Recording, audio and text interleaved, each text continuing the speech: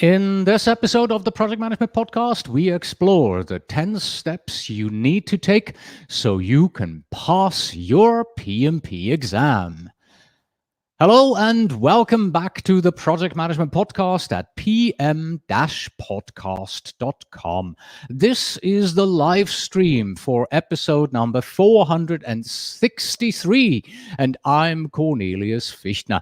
How nice of you for joining us today. Our focus today is on helping you pass the PMP exam. 10 steps to becoming a project management professional. That is what we want to take a look at today.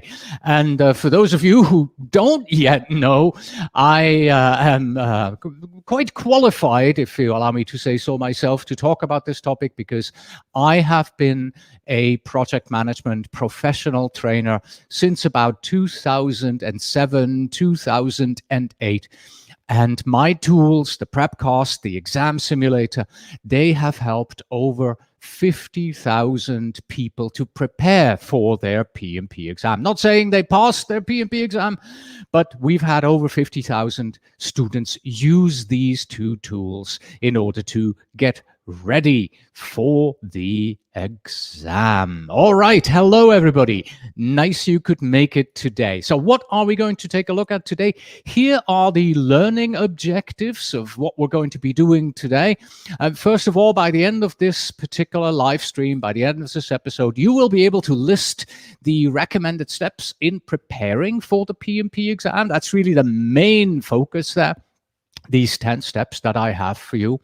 And you will also be able to describe the key to success. In about 3 to 4 minutes from now, you'll already be able to describe that key to success, because we're going to look at that very quickly as part of the opening here of this episode. So here's the agenda. Introduction, really briefly, okay? Then the key to success takeaway there. That's the important bit. Then we're going to go through those 10 steps 1 to 10. And then I'm also going to go back to the key to success. So we're going to talk about how to actually implement and apply the key to success. We are going to have a few freebies as well at the end. Plus, I have a number of 2021 lessons learned that I have already built into this presentation here. I read a lot of lessons learned at the moment. The exam changed at the beginning of the year, so I've taken some of these lessons learned and included them here into this presentation, but not too many. Oh, I see there is a mistake on this particular slide here, because I don't just have 10 steps to becoming a PMP. I actually have 11 steps for you there. Okay. And with that out of the way, let me get started with what the title here suggests. To get us started, I need to tell you that the reason why I created this webinar here originally is because I was really frustrated, okay? Back when I took the exam, much of the advice that I'd received was either very vague, contradicting, just flat out wrong. And so when I became a PMP trainer, I decided that I wanted to do something about that so that you and my students didn't have to feel this frustration as well. And that is why, instead of frustration, I want to give you a roadmap. So I developed the 10 steps that we are going to be taking a look at in just a moment. Here they are as an overview. And as you can see, they are each an action item that you can really check off one by one as you are getting ready and preparing for your PMP exam. Oh, and talking about checking things off, please don't worry about taking any notes during the webinar here today, because I have everything for you in a PDF handout. And I'll tell you how to download that handout near the end. Okay, and now, before we get into the promised 10 steps, here is the number one insight I'd like you to take away from this webinar, okay? And that's this one here. I call this the key to success on your PMP exam. And here it is. In addition to studying the materials that you need to know for the exam, you have to practice and apply your new knowledge to PMP exam sample questions. And this is the important bit, not just any sample questions. They have to be professionally developed, and they have to be based on the most current exam specifications. And that is because if you just use any and all free resources that you can find on the internet, well, that's perfectly fine, all right? I mean, you all want to save some money, right? But you can never be quite sure if they're actually helping you for the upcoming exam, because let me tell you, the exam changed quite significantly in 2021. So the changeover from December to January, there is a significant difference, okay? So please, if you take just one thing away, this here is it. You need professionally developed PMP exam sample questions. And yes, throughout the webinar, also at the end, I'm going to talk more about questions and simulators and give you tips where to find these type of questions as well. And let me be absolutely clear, okay? Yes, I have an exam simulator, but so does Dan Ryan, Andy Crow, Rita Mulcahy, PM Training. Every good training provider out there will have an exam simulator that you can use and buy. In my webinar, I'm obviously going to focus primarily on mine, but if you don't want to buy mine, that's perfectly okay, but do yourself a favor and get an exam simulator, get professionally developed exam sample questions. They will really make a difference between passing the exam and not passing the exam. And one of the main reasons why you want an exam simulator is this here. PMI not only changed the content of the exam, they also changed the type of exams. This is one of the lessons learned that I promised we would have here. These are 3 separate lessons learned from 3 people. There were several drag and drop questions. One person said he had a click on the diagram question, so that's a point and click question, and questions where you have to choose 3 multiples, okay? So this is also a functional change on the PMP exam. In the past, you had a question, 4 answers, A, B, C, D, select the best one, move on, right? But now it's, here are 7 answers, select 3 that are correct. Or here is a drag and drop, put this process in the right order. Or click on this diagram where most money is being spent, okay? You cannot test that if you do not have an online exam simulator, if you're just doing this on paper. Okay. Step 1, download the PMP handbook. PMI has published a PMP credentials handbook. I call it simply the handbook. And you can download this from their website. And of course, the link to this will be in the PDF document that you can download at the end.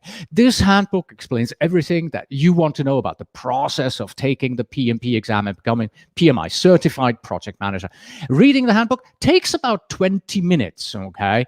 And these should be the first 20 minutes of your journey to becoming a certified PMP, and the handbook will answer most of the questions that you are going to have in regards to the exam. And Praveen, you are welcome for this live session. I'm happy to help people get ready for the PMP exam. Okay. So in the handbook, in particular, the handbook includes the eligibility requirements that you are going to have to fulfill. And yeah, that's really the number one thing, right? When you open up the handbook, look at the eligibility requirement. Make sure that you are eligible to actually take the exam, because if you're not, well, that's going to be a problem if you started studying already. You'll see in the handbook, you have to meet a number of minimum requirements in regards to your general education, your experience as a project manager, and you also need those coveted 35 contact hours, training hours towards being eligible to take the exam. Well, what about if you don't have these training hours. PMI calls these contact hours there. You need those. The good news here is they never expire. So if you took in college maybe a project management course, those contact hours, that training still qualifies as long as you can still prove that you've taken that training. Okay, so you don't necessarily have to take a PMP exam prep course. It simply has to be training that relates to the domains on the PMP exam. So people, process, and business environment. That should be your primary focus there. It can also relate to the PMBOK 6th edition, to the knowledge areas that you have in there. So that's one of the big items that you need to have. But what if you're not? What if you look at the handbook and you go, oh my, I don't meet these requirements? Well, don't worry about it. Start working towards that goal. Don't say, I'm not eligible. Say, oh, I'm not eligible yet. What do I have to do? One thing you can do always is take the CAPM exam. That is the Certified Associate in Project Management. That only requires you to have the training hours, but you don't need to meet any other requirements at this time in regards to experience that you have. Okay, so that's it for our step one. Make sure that you're eligible. If not, it's not that you're not eligible yet. You can work towards that goal. All right. Step two, you want to create your PMP study plan. Okay. And here are some ideas of what you should include in the plan. Your overall objective. Why am I taking this exam? Make it clear to yourself that you understand why you're doing this. Are you doing this just so you have another 3 letters behind your name? Or, maybe your boss requires, your company requires that you are PMP certified, right? Or you think this is a good career move. Put your study schedule, your study objectives in there, and include weekly goals, right? In week 1, I want to do this. In week 2, I want to do that, and so on. Build a study plan. There are many study plan templates out there, and in that way, you can move forward, okay? And have a plan to get you going. Do set realistic goals, okay? Do what's right for you. Don't overbook yourself. See what worked for others, right? And that's really a great way of doing it. Like I said, there are many templates out there in regards to what needs to go on the exam. Long comment has just come in here from Kathy Kitchen about not being able to not being able to pass the exam a few days ago. Very sorry to hear that, Kathy. Must be increasingly frustrating. The proctor said that I appeared off camera as I sat down in my seat. Yes, I can imagine that it must be frustrating to no end. Okay. The good news is, wait, you can write the exam as if for the first time. Well, that's a good thing. Look at it in this sense, Kathy. You now have a practice run. Unfortunately, a failed practice run, but it doesn't count against you, right? You still have 3 attempts to do it. And I'm pretty sure, in the next one, you know what to do. This is actually one of the recommendations that I have later on as well. Know what to do for the exam when you take it at home. In that sense and in that vein, I do have 2 webinars that I want to recommend here. Okay, one is how to use a exam simulator for your exam success. If you're not quite sure how that works, then I recommend that particular webinar that I've done. I think I did that last week. And then 2 or 3 weeks ago, I did lessons learned from the 2021 PMP exam. And in that, and that takes us back here to Kathy's comment about, knowing how to handle the at-home, the online proctored exam. We do talk about this. There are people who tell us a lot about what you can do and what you cannot do when you take the exam at home. One thing that has come clearly out of the lessons learned from the current exam is this one here. Agile topics dominate lessons learned, right? Everybody talks about how much Agile there is on the new PMP exam. And this one right here, very important for everybody to know. Have a good knowledge of Agile and Scrum methodologies, okay? And roles and responsibilities for players within the team. Where do you get that knowledge? I will tell you in a few slides down the road when we talk about the number 1 and 2 documents that you should download and read. Step number 2, step number 3, we're one ahead. Become a member of PMI. Yes, you want to join the Project Management Institute, all right? Trust me, it's worth to becoming a member of PMI, at least in the year that you take the PMP exam. Okay, so if you want to take the PMP exam this year, start by joining PMI. And here is why. You get exclusive discounts, okay? It makes financial sense. As a PMI member, you will not only receive a free version of the PMBOK guide and the Agile Practice Guide, you will also get a substantial discount on the PMP exam entry fee. In fact, the discount that you're going to get on the PMP exam is greater than your membership fee, right? So the membership fee is, I believe, $125, and I think the discount you got to get is $129, something like that, right? So basically, they give you back your membership fee, plus you get a free copy of the PMBOK guide. It's about $70 on Amazon, and the Agile Practice Guide, right? So there is actually money to be made right here. Becoming a member of your local PMI chapter can also be make sense to you, because chapters do offer PMP exam prep workshops, and as a member, you may be able to get a discount on those local workshops. Another advantage of being a PMI member, you may get to know people in your local area, and you can get together currently, obviously not at a table like these people here, most likely over Zoom, and studying together is more fun and definitely increases your chances of passing, because you have a lot more motivation if there are a few of you getting ready for the exam. All right.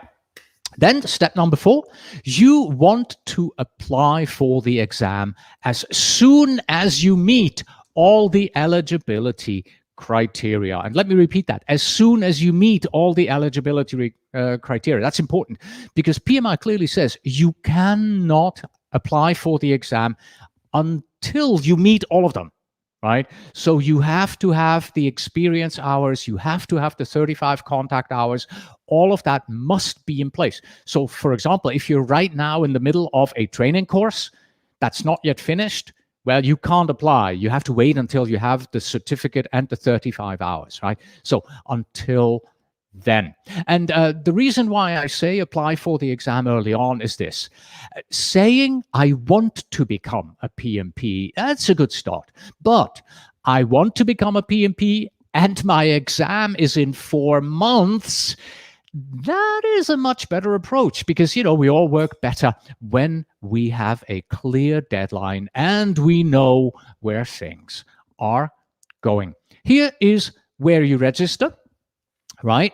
Go ahead and sign up for the exam here at certifications.pmi.org. You'll be asked to fill in a relatively simple, actually, application form. PMI has made this a lot less cumbersome than it has been in the past years. You have to put in information about the projects you work on, personal information, name, address, email, the usual that you can expect. Where did you get your training hours? And yeah, that's pretty much it on those 4 pages. Okay. Once PMI has checked over your application and verified that you are eligible for the exam, they will then issue you a confirmation number. Manish asks, what is the ideal period for the preparations? I'm targeting to give the exam in July. Manish, there really is no ideal time, frankly. Okay, we'll get to that later on. I always say you have to let the statistics speak. right? Use an exam simulator and look at how you're doing in regards to answering these questions. If you get like 10 or 20% correct in the exam simulator, you know that something is wrong, right? You have to increase those numbers and bring them up to the level that the provider tells you. Normally, however, 10 to 12 weeks of study, that's roughly what people put in. Although the other day, I have literally seen somebody who studied the day before of taking the exam and he passed. But if you know the bell curve, right, there are people who take very little time and people who take a lot of time. This person that's just nuts. Starting your studies the day before and then passing, okay? The first time I have ever heard that particular approach, frankly. So, yeah, once they check it, you get the registration number. And then once you have that confirmation number, you can now schedule to take the exam. You go to pearsonview.com/PMI. Pearson VUE is the company that PMI has chosen to do the exam online and in person. So it's required that you schedule this separately with Pearson VUE because PMI doesn't do the exam themselves, right? So you definitely want to sign up to PMI, register for the exam, and then schedule with Pearson VUE. That's an important step. Without doing this, you will not be able to actually take the exam. This is quite an important step. And Manish, you are welcome, of course. All right. Oh, yeah, folks. So if you have any further questions, please do just throw them in the chat and let me know because I am happy to answer any questions that you may have about taking the exam in 2021. If you have specific questions about any topics, throw them in as well. I'll do my best to answer them here live on air. That was step number 4. Let us move on to step number 5. And this is an important step. You want to get a copy of the guide to the project management body of knowledge. That's the PMBOK guide, as well as the Agile practice guide. Now, PMI in the past used the PMBOK guide as really the only known reference that we have. And today, the PMI has 10 books. So the PMBOK guide, still an important reference, but a little less than it used to be at the Agile practice guide there. You need to have it as well. If you are a PMI member, you can download it here from this URL.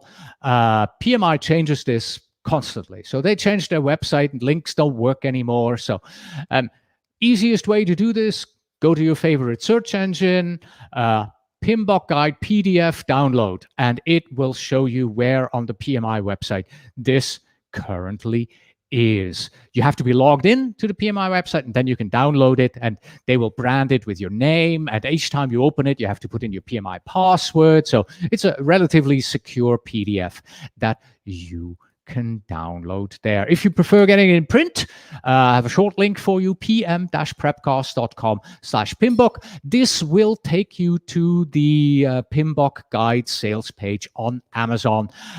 This is a direct link, so no commission or anything like that. I do not get any kickback from Amazon for providing this link here. So this is a clean link, so to speak.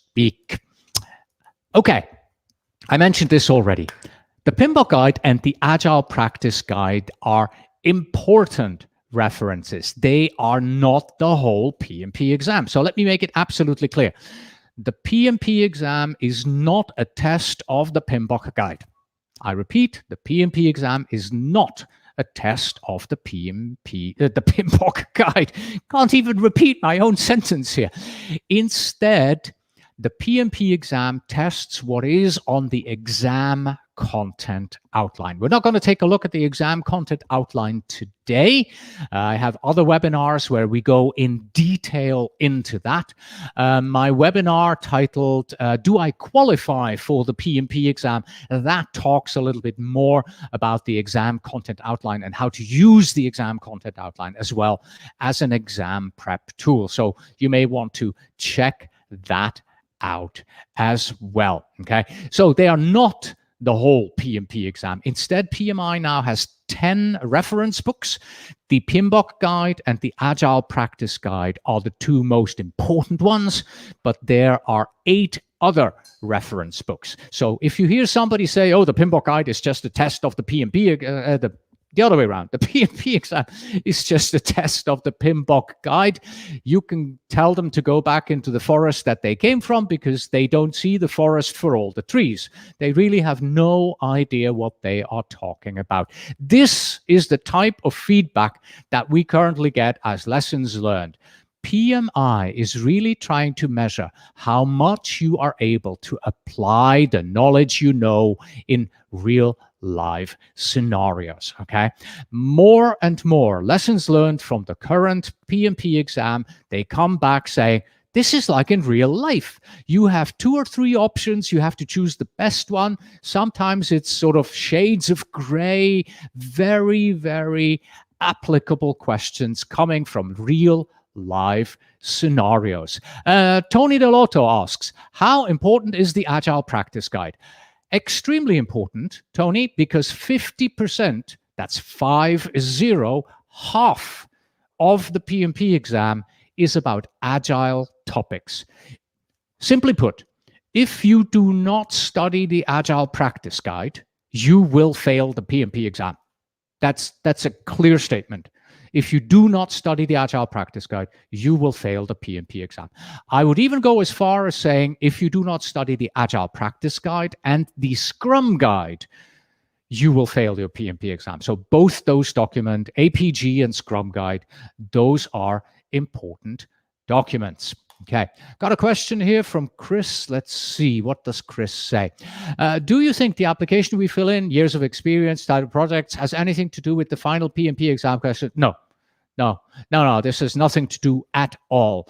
The PMP exam is completely random. You will be handed 180 random questions from a bank of thousands of questions that PMI has, and these questions are constantly changing. Okay, so your experience has nothing to do with it. There is no, the exam is not adaptive. So if you get the first questions right, then it will get harder over time. No, there is nothing like that. Random 180 questions are presented to you on the PMP exam. Moving on to step number 6. You want to get PMP exam prep training in order for the 35 contact hours that you need to have. Okay. So how do you do that?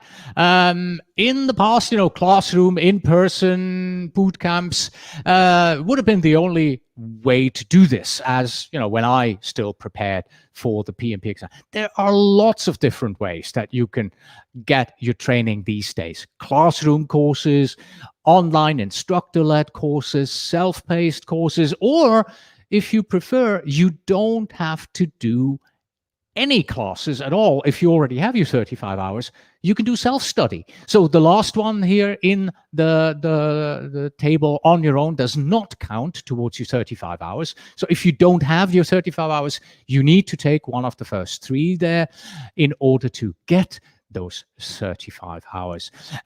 Clearly, the first 2, a classroom, online instructor, the scheduling and your availability, and you have to be there when the class takes place. That's a disadvantage. The advantage, obviously, is the group energy, right, that you get from it. Whereas doing it online, self-study, or on your own, it requires discipline. You have to motivate yourself, and doing that. All right. Satish asks, how important are the other reference books that PMI is informing about? Do we need to get through them all? No, you don't, Satish. In particular, not if you take any of the first 3 trainings here, classroom, online instructor, or self-training. These training courses include all the material that you need to know for your PMP exam. Tony asks a good question. Do we need to look at the Scrum Guide from November 2020? This is a very good question, Tony. We really don't know at this time. So the Scrum Guide at scrumguides.org was originally from 2017. Okay, it changed in December. So it's now April of 2021. So the exam has been out for 3 months. Has PMI already updated its Scrum-focused questions to the new 2020 exam? To the new 2020 December Scrum Guide? We don't know. Okay. My recommendation, therefore, is look at both. Look at the 2017 and the 2020. I haven't compared the two, so I don't know what the differences is. But frankly, I don't expect the 2020 to be that different from the 2020 exam simulator. What is the fee for online instructor classes? In our case, we offer, wait, let me go to the next slide here, because we do offer them. We do offer both instructor-led and on-demand training.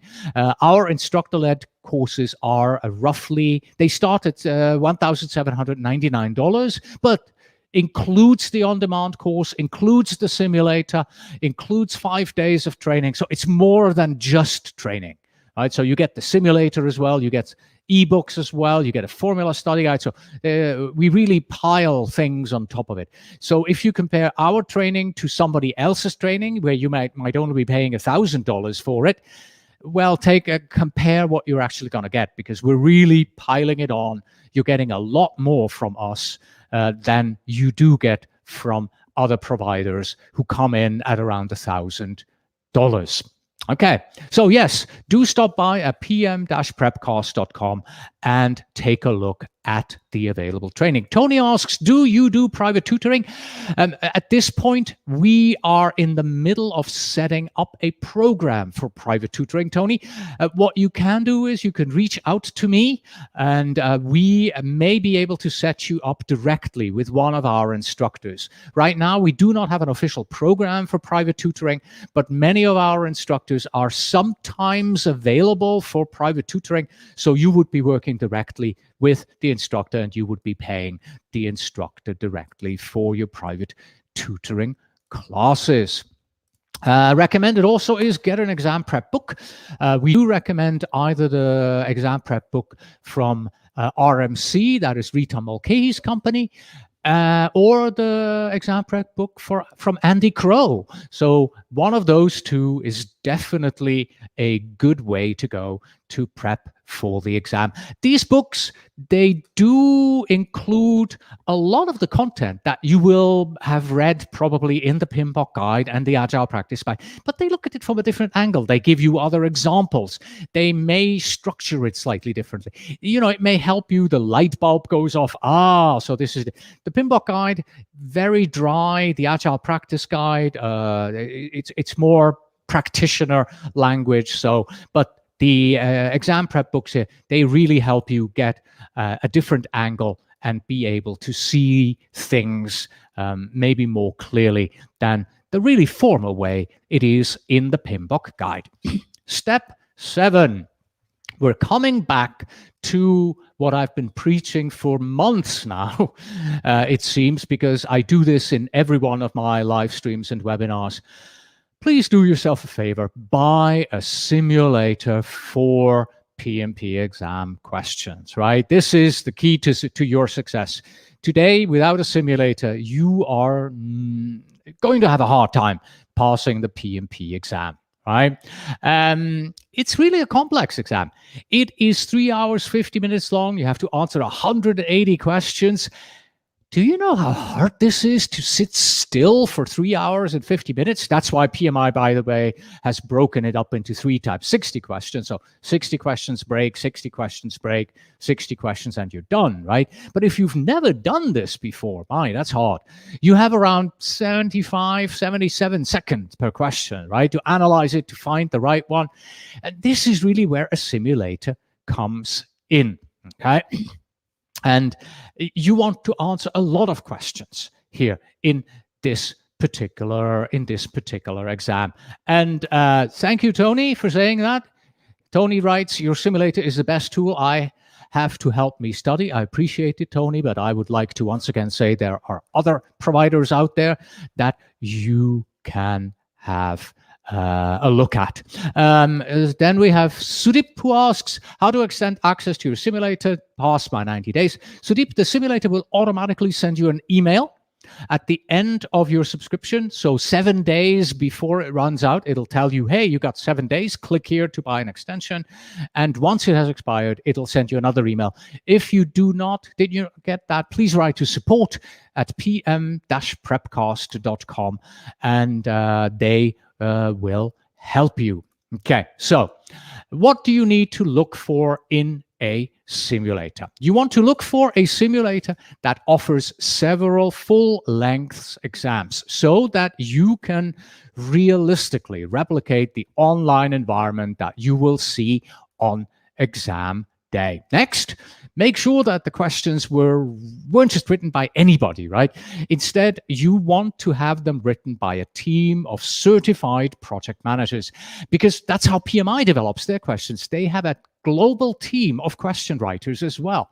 But the most important factor to look at by far is this here. Make sure that the simulator questions are written to the most current PMP standards. And not just that. Remember what I said earlier? PMI introduced new question types. So does that simulator offer the additional question types? Multiple correct ones, right? Drag and drop questions, point and click questions. Does your simulator offer that? And just, for clarity, our simulator does not offer point and click questions. We did it differently. So instead of point and click, we show you a graphic on the screen, and we have areas, area A, area B, C, and D. And then instead of clicking into the area, you select the letter A, B, C, or D right there. So that's how we have a workaround right there. But we do have all the others. So make sure that your simulator is current exam policies and does offer these new exam types. Tony asks, how many questions does it have? It has 2,100 questions. 4 full exams are in the exam simulator. And just towards Tony's point, here's a lessons learned from another customer who says that this customer actually took both the ACP exam and the PMP exam with us. He said 51% of my success was due to our simulator. All right, now you've got everything. Now comes the hard part. You have to study, and you have to study hard. Everybody does this differently. Everybody goes through this differently. And here are some study tips, okay? Find yourself a quiet place to read the PMBOK guide and the Agile practice guide. I was lucky enough, my brother had an apartment. My brother lived in London in the UK, and he had an apartment in Switzerland when I took my exam, and I was able to use that apartment to go there and study. It was empty, so that was lucky for me.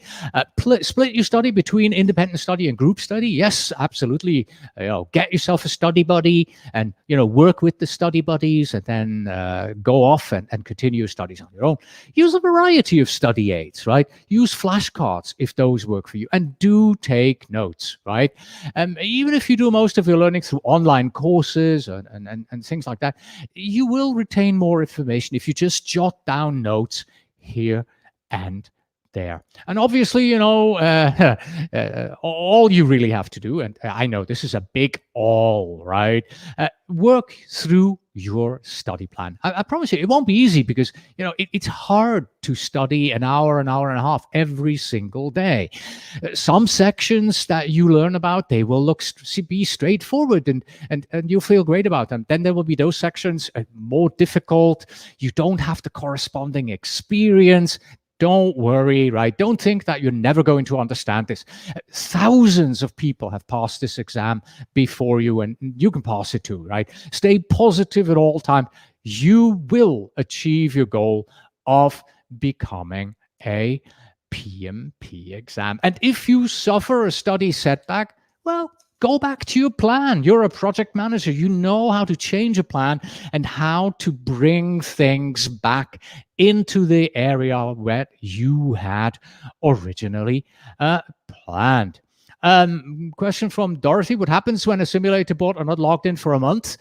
Our simulator gives you access for 90 days from the moment you take your first exam. So if you buy it today and then you don't do anything for a month, nothing happens. But if you buy it today and activate it tomorrow, so tomorrow you go in and say, I want to start my first quiz or exam, and then you wait for a month, well, you have lost 30 days. And that is clearly said. As soon as you started, it says your 90-day countdown will start now. Every simulator is different. Please ask your provider about this. All right, step 8. Yes, I'm coming back to the exam questions because they are so important, right? It's the key to your success. So in step 7, we said you need to get access to a simulator. And now in step 8, we then said you studied. And here in step 9, you want to apply your knowledge to sample questions.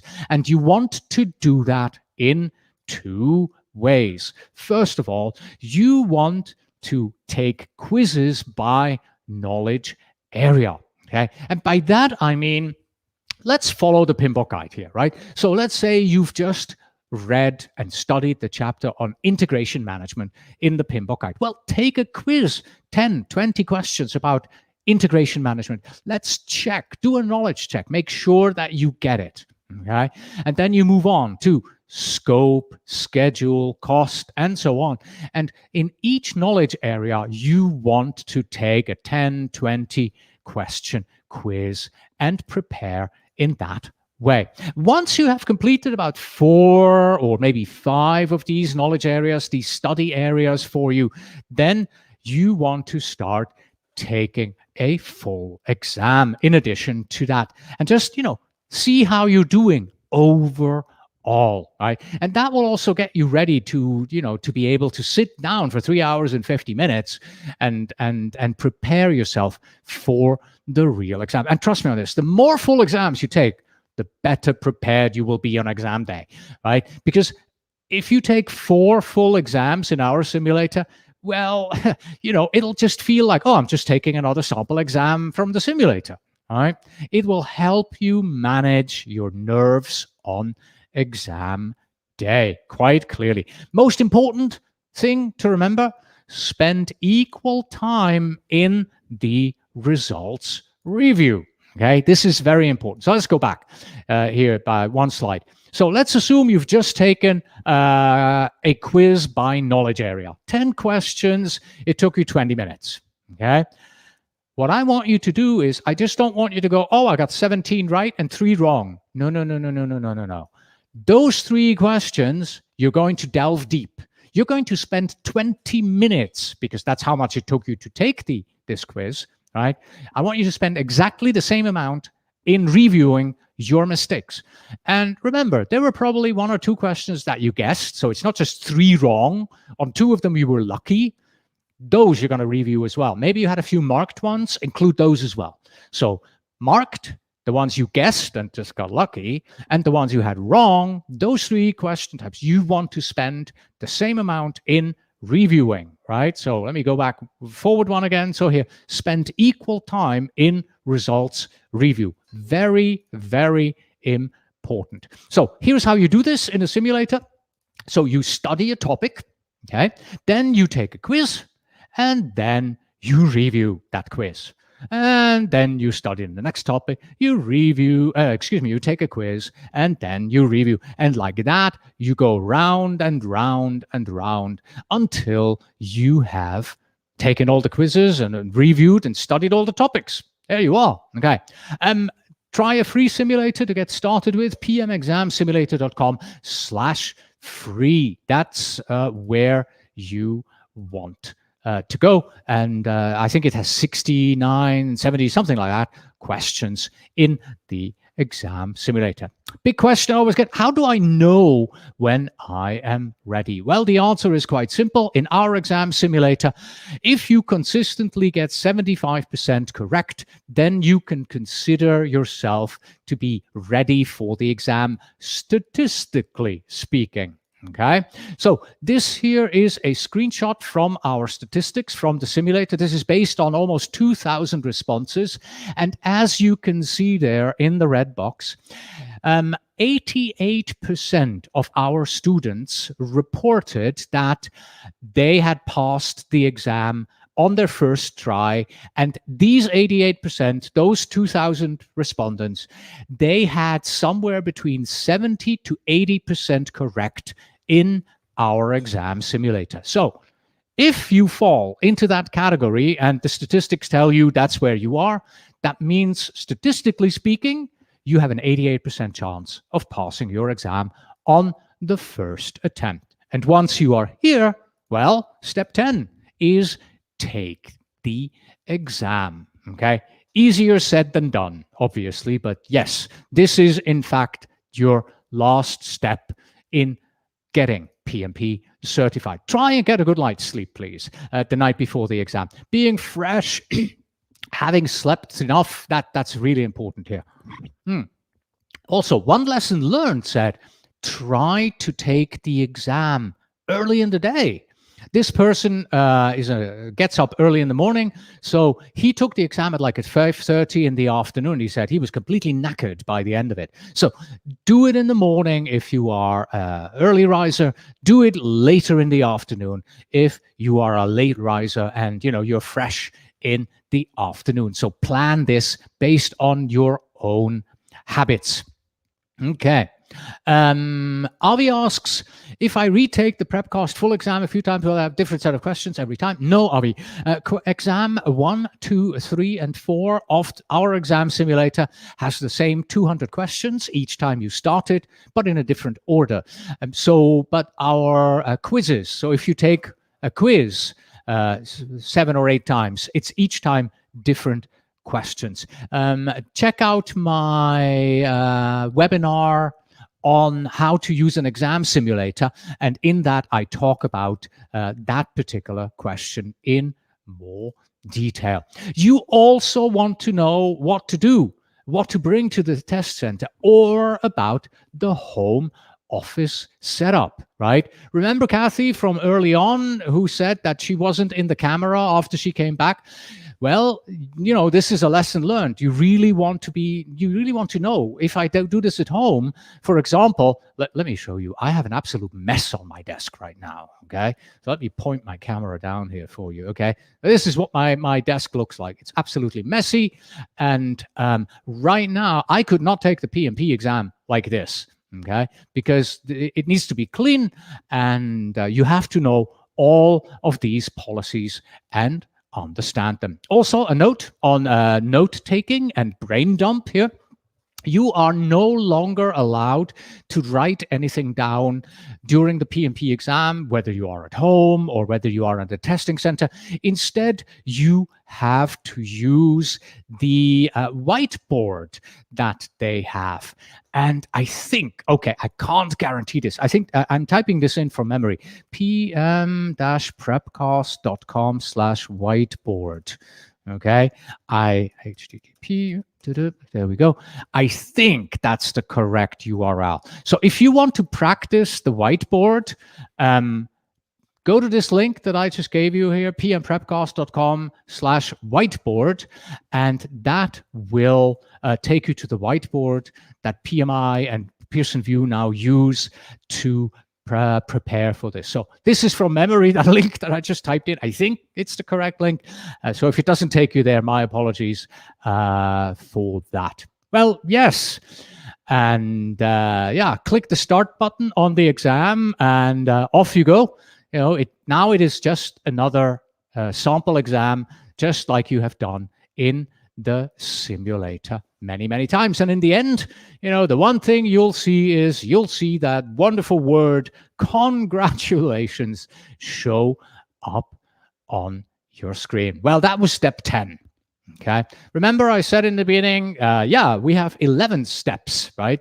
Now you have achieved your goal. You're a certified PMP. You got those 3 letters behind your name, but you are not a PMP for life because your PMP certification is only valid for 3 years, right?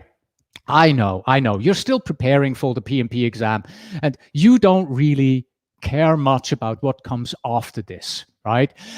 But you need to understand today that the certification is only valid for 3 years.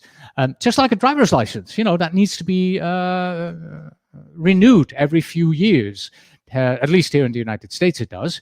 My Swiss driver's license is still valid, even though I've never had to renew it. And the good news is you don't have to take another exam for recertification. Okay, that's it. Once you've passed the exam, you never have to take the exam again. You, however, have to give proof of continuing education and involvement as a project manager. In essence, what you have to do is you have to earn 60, that's 60 PDUs over the course of these 3 years, pay PMI a renewal fee, and then the certification is valid again for another 3 years. More information about this and about how to renew your certificate every 3 years can be found in the CCR handbook. It's actually not the CCRS handbook. It's the CCR handbook, the Continuing Certification Requirements handbook. Right. That's it. So here you go again. Here is our actionable roadmap. Here are the 10 steps. Let's review them together here. The first 7 steps. These first 7 steps, they help you understand how the exam works and get all the materials that you need.